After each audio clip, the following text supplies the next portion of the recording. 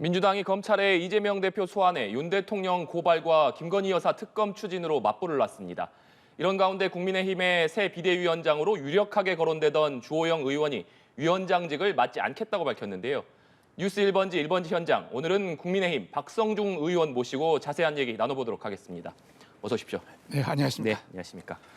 네, 의원님, 방금 말씀드린 대로 민주당이 어제 김건희 여사의 도이치모터스 주가 조작 의혹 사건과 관련해서 네네. 윤석열 대통령을 서울중앙지검에 고발 조치를 했습니다. 네네. 민주당의 이재명 대표 소환 통보에 대한 맞불 아니냐 이런 해석들이 나왔는데 일단 이번 사안은 어떻게 보고 계십니까? 방금 말씀하신 대로 맞불이라고 저희는 생각하고요. 하나의 물타기 전략이다. 이재명 대표를 방탄하기 위한 전략적 차원에서 한 것이다. 이렇게 저희들은 보고 있고요. 우선 첫 번째, 대통령을 기소한다는 것은, 고발한다는 것은 대통령은 지금 헌법상 내란 외환의 죄를 짓지 않고서는 형사 소추가 되질 않습니다. 네. 그리고 지금 고발해봐야 의미도 없는 겁니다. 그런데 고발한다는 것은 결국 물타기 작전이다. 뭐 이런 생각이 들고요. 두 번째는 김건희 여사에 대한 부분은 지난 문재인 정부 때 1년 반 동안 탈탈 털었습니다. 문재인 정부의 대통령도 자기 편이고 검사들도 그 당시 친민주당 성향 검사들이 탈탈 털었는데도 놓지를 않고 결과적으로는 그 실무 검사들 사이에서는 거의 무혐의라고 판단이 나왔습니다. 그런데 그 박근계 법무부 장관은 결과 발표를 안 했을 뿐이죠. 그런 사항을 다시 특검으로 끄집어낸다. 이것은 말이 되질 않는다. 이런 말씀을 드리고 싶고, 결론적으로 말해서 소환 통보. 정치인은 검찰이 어떤 사실을 확인해 소환 통보하면 그것을 지켜야 되는 거 아닙니까? 앞으로 그러면 어떤 국회의원도 소환 통보하면 이걸 전쟁이다 이렇게 하면 이건 잘못됐지 않습니까? 네. 이렇게 전쟁이라는 표현을 쓰며 정쟁으로 끌고 가는 것은 결코 바람직하지 못하다. 우리가 법치주의 상태에서 입법, 사법, 행정이 독립되어 있지 않습니까? 각각의 어떤 자기의 위치에서 정확하게 발현해야 된다. 저는 그렇게 봅니다. 네, 상당히 비판적으로 말씀해 주셨는데 그럼에도 불구하고 민주당이 김건희 여사 특검 같은 경우에는 당론으로 추진하기로 결정을 했고 이르면 내일 발의할 수도 있다. 이런 얘기도 지금 나오고 있더라고요. 이 부분은 좀 어떻게 해석하십니까? 방금 다시 말씀드렸다시피 김건희 특검법 1년 반 동안 탈탈 털었습니다. 그래도 하지 못했던 걸 자기 정부에서 했던 걸 이제 와서 특검법으로 한다는 것은 문제가 있고요. 또 특검이라는 것은 이렇습니다. 원래 어떤 문제가 확실한 사안에 대해서 검찰이 조사를 해보고 검찰이 제대로 결론을 안 내릴 때 특검을 하는 겁니다. 네. 자기들이 전부 다 제대로 다 조사하고 다 해놓고 기소도 못한 상태에서 다시 특검으로 끄집어낸다는 것은 이것은 원리에 맞지 않다. 이런 차원을 말씀드리고 싶습니다. 네, 원리에 맞지 않다 이렇게 평가해 주셨는데 이재명 대표가 또 이런 얘기를 했습니다. 나도 특검을 받을 테니 김건희 여사 특검도 받아라. 네. 이른바 쌍특검이라고 좀 불리고 있는데 이것은 현실 가능성이 좀 있다고 보십니까? 뭐 앞에서 말씀드렸다시피 이것도 어떤 본인의 출석을 희석시키기 위한 명분이다. 그리고 하나의 물타기다. 뭐 이런 말씀을 드리고 싶고요. 방금 말씀드린 대로 여사님의 특검은 그동안 여러 차례에 걸쳐서 조사를 하고 검사에 의해서 했는데도 늘어나지 않았지 않습니까? 네. 그런 차원에서 특검을 제한하기라는 것은 아주 불합리하다. 이런 차원에서 자기는 이번에 소환도 응하지 않으면서 앞으로 남아있는 백현동, 대장동 또 무슨 다양하게 많지 않습니까? 뭐 성남 FC 어떤 후원금 의혹이라든지 또 법카 관계라든지 뭐 이런 관계가 다 남아 있기 때문에 네. 그런 것을 희석시키기 위한 물타기 전략이다. 네. 저는 그렇게 보고요. 쌍특검 제한 이거는 말이 되지 않는다. 이런 말씀을 드리고 싶습니다. 네, 말이 되지 않는다 이렇게 평가해 주셨는데 민주당이 일단 내일이라도 김건희 여사 특검법을 추진을 한다면 말 그대로 강대강 전략을 쓰는 것이라고 볼 수 있지 않겠습니까? 국민의힘에선 이에 대해서 어떻게 대응할지도 좀 궁금한데요. 우선 뭐 지금 현재 국회 300석 의석 중에 169석이 민주당입니다.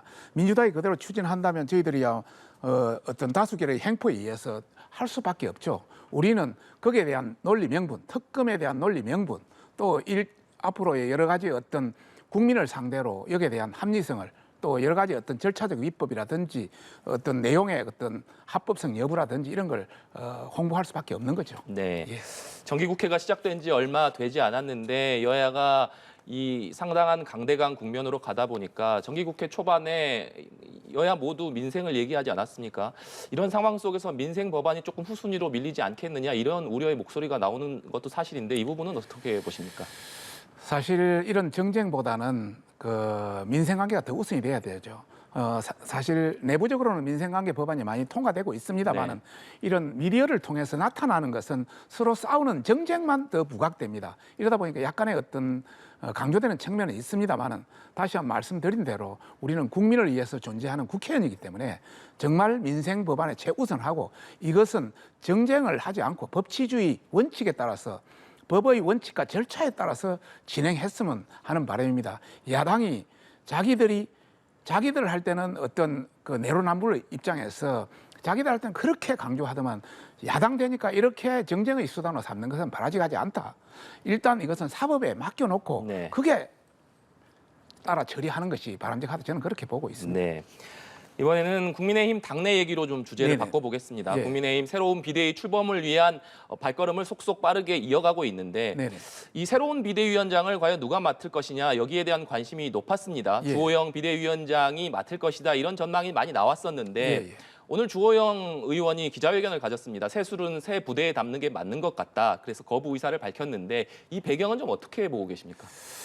아무래도 가처분에 의해서 어떤 비대위원장으로서 직무 정지가 됐기 때문에 본인의 입장에도 새술은 새 부대에 담는 것이 더 낫지 않겠느냐 뭐 이런 차원이고요. 네. 또 이준석 전 대표가 또 가처분을 추가로 또 신청할 예정이기 때문에 어떤 당에 대한 새로운 어떤 명분, 당에 대해서 어떤 피해를 주지 않겠다 이런 어떤 당을 위한 이런 것 때문에 더 크게 작용한 것 아닌가 싶고요. 그런데 많은 우리 당내 사람들은 여러 가지 지난번에 가처분에서 지적한 여러 당의 어떤 당헌 당규도 정비를 했고 또 뭐 그렇게 오래되지는 않았지만은 상당 기간 또 비대위원장으로서 노력했기 때문에 많은 의원들은 비대위원장으로서 주호영 의원을 많이 응원하고 있는 편입니다. 네. 그래서 과연 새로운 비대위원장에 누가 오를 것이냐 관심이 쏠리고 있는데 오늘 권성동 원내대표가 중진 의원, 또 재선 의원, 초선 의원 이렇게 다양한 의원들을 만나서 의견을 듣고 있는 것으로 알고 있습니다. 네네. 일각에서는 박주선 전 국회 부의장 얘기도 나오더라고요. 네. 박주선 국회 부의장도 굉장히 훌륭하신 분이죠. 훌륭하신 분이지만은 지금 이번 비대위원장은 다음번 우리가 정상적인 전당대회를 하기 위한 하나의 관리형 비대위입니다. 네. 그러다 보니까 우리 당을 잘 아시는 분, 또 같은 어떤 국회의원을 하시는 분이 하는 것이 낫지 않겠느냐 하는 것이 우리 당내의 어떤 분위기입니다. 뭐 박주선 위원장님도 굉장히 좋으신 분이죠. 네, 당을 잘 아시는 분이 맞는 것이 바람직할 것 같다는 말씀을 해주셨는데 이 추석 전에 새로운 비대위가 출범하는 것이 당초 목표였는데 네네. 이 주호영 비대위원장이 이 거부 의사를 밝히면서 이 계획에 좀 차질이 생기는 것 아니냐 이런 우려도 나오거든요. 우선 당내 여러 의견에 따라서 주호영 비대위원장의 전 비대위원장에 대해서 다시 안 맡아달라 여러 가지 강곡한 의견이 있을 걸로 알고 있고요. 네. 그래도 꼭 거부한다면은 다양한 그 사람을 통해서 권성동 원내대표의 고민이 깊어지지 않겠나 생각하고요. 8일까지는 정상적으로 다 진행될 걸로 예상하고 있습니다. 네, 정상적으로 진행될 것으로 보고 계시는군요. 네네. 그런데 한 가지 이 변수가 이준석 전 대표가 지금 새로운 비대위에 대해서도 네네. 가처분 신청을 하겠다 이렇게 예고를 하고 있는 상황 아니겠습니까? 예. 14일에 법원에 신문도 예정돼 있는 상황인데 네네. 이것이 하나의 또 변수가 되지 않겠습니까? 지난번 그 법원의 가처분에 따라서 우선 비상 상황에 대해서 명쾌히 규정을 했습니다. 네. 최고위원 5명 중에 4명이 찬성한 비상 상황이다. 그 사퇴를 하면. 네. 그다음에 그 비대위가 설치되면은 그 당 대표와 최고위원은 권한이 정지된다. 그리고 비대위원장이 사고나 이런 걸로 거리되면은 그 원내대표나 아니면은 다선 의원 중에서 연장자 순으로 한다. 이렇게 명쾌하게 규정을 해놨기 때문에 이번에는 그렇게까지 되지는 않을 거다 예상을 하고 있고요. 다만 그래도 일부 의견들이 제기되고 있습니다만은 오늘 권성동 원내대표가 중진이라든지 재선이라든지 초선위원회 다양한 의견을 통해서 또 우리도 권성동 의원한테 힘을 다 실어줬기 때문에 좋은 결정을 할 것으로 보고 많은 당원들이 전화가 오고 있습니다. 정말 이준석 대표 해도 너무한다. 이제는 어느 정도 끝낼 때가 되지 않느냐. 본인의 정치를 위해서 좀 더 대범하게 해줬으면 좋겠다. 이런 이야기를 전하고 싶습니다. 네. 끝낼 때가 되지 않느냐 이런 말씀하셨는데 그렇다면 일요일 날 있었던 이준석 전 대표의 대구에서의 기자회견은 좀 어떻게 들으셨습니까? 좀 해도 너무했다. 해도 너무 나갔다. 이런 말씀을 드리고 싶고 그러다 보니까 우리 당에는 금지곡이 없으니까 마음대로 하시라. 네. 뭐 이런 이야기가 있지 않습니까? 참고로 오기 전에 제가 그 인터넷에 들어가서 네티즌들의 의견을 한번 봤습니다. 네. 그 보니까 자폭 뭐 행보할 거면은 차라리 신당 창당해라. 그다음 내 마음대로 했잖아. 고마해라. 너희 객기. 그다음에 누가 당신과 한 배를 타려 하겠나. 수 틀리면 배 구멍 내고 또 혼자 도망갈 건데 뭐 이런 내용들이 상당히 긍정적 뭐 어떤 응원보다는 부정적인 게 굉장히 많았습니다. 이런 걸 충분히 좀 참고했으면 하는 바람입니다. 네. 그렇다면 의원님께서는 이준석 대표가 이 대구에서 공개적으로 이런 행보, 그러니까 기자회견에 나선 배경은 좀 어떻게 보고 계십니까? 아무래도 대구는 이준석 또 뭐 지금 현재 우리 당의 가장 핵심 중추 지원 어떤 후군 배경이 있는 그런 네. 고향 아니겠습니까? 그런 차원에서 자기 나름의 어떤 독특한 논리를 가지고 해서 뭐 여러 가지 앞으로 정치적 뭐 행보라든지 정치적 백그라운드 이런 차원에서 어떤 그런 의도를 가지고 했지 않나 그런 생각이 들고요. 두 번째는 정말 우리 당하고 화합을 또 합치는 이런 개념이 했다면 이 정도까지 나가지는 않았을 텐데 정말 해도 너무 나갔다 이런 말씀을 드리고 싶습니다. 네. 이 질문도 한번 드려봐야 될 것 같습니다.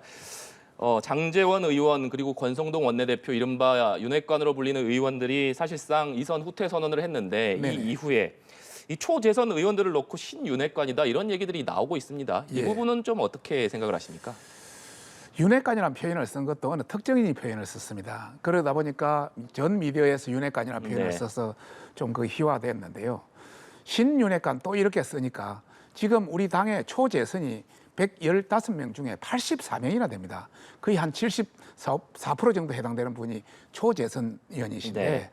이분들은 그동안 윤석열 대통령이 대통령 당선되도록 굉장히 노력을 했고 또 당이 이렇게 혼란스러우니까 당을 밖으로 잡고 가야 된다. 이런 충정에서 함께 힘을 합쳐서 중진들한테도 이야기를 하고 네. 또 국민을 상대로 이야기하는 겁니다. 그런 차원에서 본다면 초재선 84명이 신윤핵관이라 볼 수밖에 없죠. 이것은 당을 위한 한 팀이다. 이런 어떤 의미로 받아들였으면 하는 바람입니다. 네, 당을 위한 한 팀이다 이런 예. 의미로 강조를 해주셨습니다. 네. 또 국회 가방이 여당 간사이시기 때문에 이 질문도 안 할 수 없을 것 같습니다. 예. 그 가방위원장인 정청래 최고위원 지난주에 저희 연합뉴스 TV 1번지에도 출연했습니다만 네네. 이 최고위원과 가방위원장 겸직이 관례라는 주장에 대해서 사실 이것이 뭐 당원 당규라든가 이런 부분에 나와 있는 게 아니기 때문에 꼭 지킬 필요가 없다 이렇게 얘기를 했거든요. 이 부분은 어떻게 좀 보고 계십니까? 그 최고위원은 민주당 최고위원은 민주당을 위해서 모든 권한이라든지 책무라든지 이런 걸 행사하는 분입니다. 가방위원장은 어떤 상임위원장은 여야의 중립적인 입장에서 잘 중재하고 이끌어가야 될 서로 다른 자리입니다. 그런 차원에서 이것을 같이 맡는다는 것은 맞지 않다. 그래서 국회 여러 가지 어떤 지금까지 갈래가 같이 맡고 있지는 않았습니다. 네.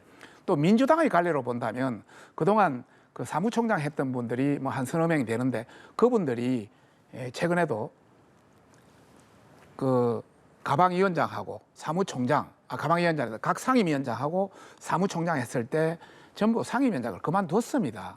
그런 차원에서 본다면 민주당 내부에서도 맞지 않고 또 민주당 원내대표도 그 맞지 않는 게 낫지 않느냐 이렇게 했는데도 끝까지 지금 맡겠다 지금 하고 있고요. 제가 지금 저는 뭐 가방위에 4년 거의 5년 제가 최고참입니다. 네. 가방위가 어떻게 흘러가는지 잘 알죠. 이제 온 지 40여일밖에 되질 않았습니다. 그런데 제가 많은 사람을 봐왔는데 이렇게 그냥 독단적이고 독선적이고 자기 혼자 가는 이런 사람은 없었습니다. 정말 내부에서도 우리 그 가방에 민주당 중진들이 있거든요. 또 무소속한 분들도 계시고 네. 그분들도 좀 이건 해도 너무하지 않느냐 뭐 이런 말도 있고요. 일부 또 우리 의원들은 그 정청래 의원이 지난번에 문체위에 있다 왔습니다. 문체위 의원들이 알턴이 빠졌다 뭐 이런 이야기까지 있는 거 보면은 정말 이제는 국회는 혼자 고집으로 되는 것이 아니다. 여야 간사가 있고 또 여야 의원들이 있고 전체 중지를 모아서 국민들을 위해서 어느 것이 나은지 이렇게 판단해야 되는데 본인의 고집으로 나간다는 것은 결코 바람직하지 않다 이런 말씀을 드리고 싶습니다. 네, 알겠습니다. 오늘 말씀 여기까지 듣겠습니다. 오늘 출연해 주셔서 감사합니다. 네, 고맙습니다.